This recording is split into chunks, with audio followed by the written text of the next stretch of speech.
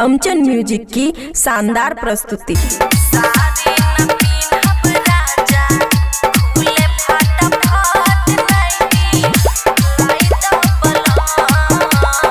खुशी recording studio बलुआहा।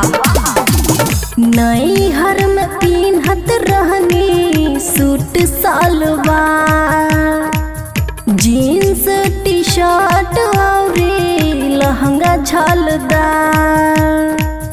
ए जी सुनी ना, नई हर में पिन्हत रहनी सूट सलवार राजा, जीन्स टी शर्ट और लहंगा झलदार।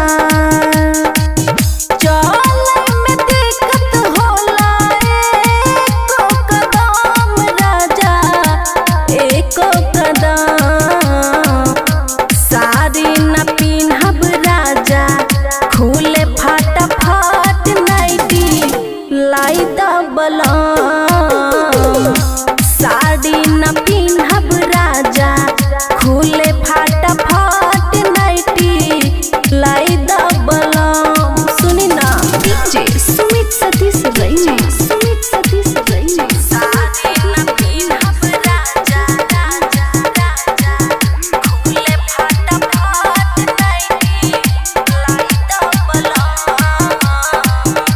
लाई द बलम। सुनी ना, चल गिरे कमर से कोचा, लेगिज कुर्ती में होला नाही लोचा, होला नाही लोचा।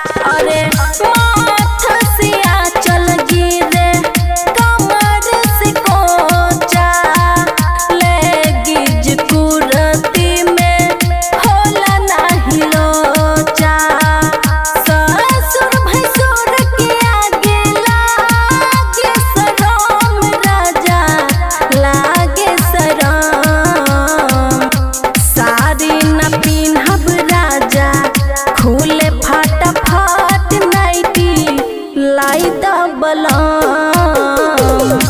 साड़ी न पिन्हब राजा, खुले फटाफट नाइटी लाई द बलम। सुनी ना, साड़ी न पिन्हब राजा, राजा राजा, खुले फटाफट नाइटी लाई द बलम। खुशी रिकॉर्डिंग स्टूडियो बलुआहा। होश के बात सब ध्यान से सुनी, रोशन दीवाना पिया आँख मत मुनी, आँख मत मुनी।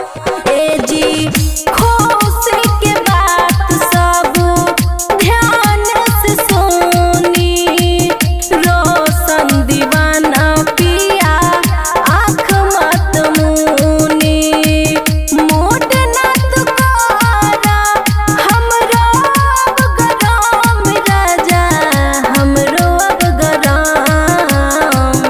साड़ी